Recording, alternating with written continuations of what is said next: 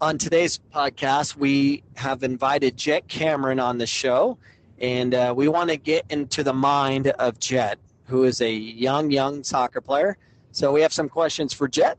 Jett, your first question on today's podcast is, how old are you? I already told you. The last time, 6. He is 6 years old. And can you tell us again what your favorite soccer move is? Now it's going to be the back cut, Meg. He likes doing the back cut Meg. What other moves do you like to do? I already told you one again. 1 foot rainbow. He likes to do the 1 foot rainbow, mainly because he sees the other players doing the 1-footed rainbow. And he's been practicing a lot because he sees it, because he trains with older kids, 11-year-olds, college kids, 17-year-olds, a variety of ages. So, Jett, on this podcast, we talk a lot about soccer. So is there anything you want to talk about when it comes to soccer? What do you want to talk about? It was about, I was playing against hard people, potato, a lot of people. Hard, probably messy, and that's it. So he plays against hard-level competition like Messi, which is probably close. Considering he's 6 years old playing against college kids. So tonight he played 5v5 with him and a couple other kids his age that were split up, and with college kids. So there was 3 college kids on his team with another younger player and another 3 college kids on the opposing team. So how much fun did you have playing with the college kids playing 5v5? 57 times. How much fun was it? A lot of fun. So he had a lot of fun, and it's important that he's having fun, but it's important that he's playing against older kids, so he needs to see it. I think playing with the same age is kind of silly unless the same age is amazing. You need to experience a lot of different competition, right, Jett? Mm-hmm. And those college people were hard, and there was me. My brother pushes me all the time.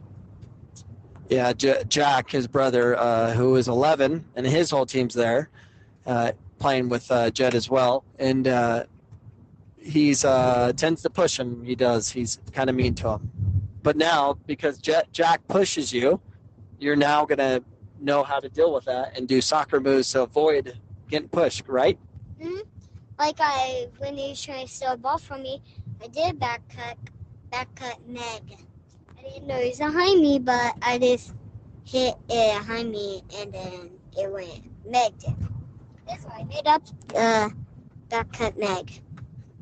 So it's kind of cool to hear for me to hear my 6-year-old talk about doing back cuts and megging kids, which you don't normally hear from a child like mine who is white.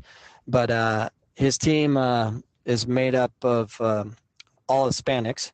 What are the name of some of your teammates, Jett? Pablo, Sewers, Silver, and Gael, Potato probably, and probably that's all.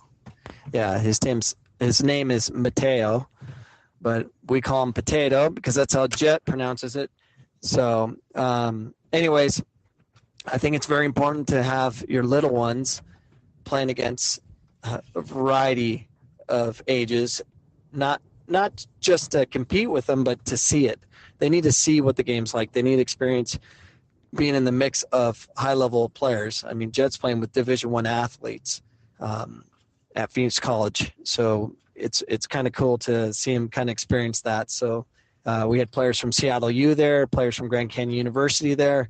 Those are Division I universities, and Jett gets an opportunity to play with them and play against a variety of Hispanic kids. It's a great culture for him to be a part of. It's a big soccer culture that we're creating for not only Jett, but the ones that are in this academy that we created. So I don't know how accepting it would be by other clubs and other programs, because they're so strict on the age rule and safety and all that. It's a safe environment, and it's a real environment that you get to play against a variety of ages and talent and cultures. I mean, we have Africans there, We have kids from Ecuador, from Mexico, from all over the place, and it's a cool environment for my son to be a part of, especially at an early age. I think we're done now. So, anyways, hopefully that was informative, and you can, take the opportunity to give your little ones an opportunity to play against a variety of cultures, ages, different kinds of levels, so they can experience. The best way you learn soccer is by playing it and playing against a variety of players of all types. And I'm out.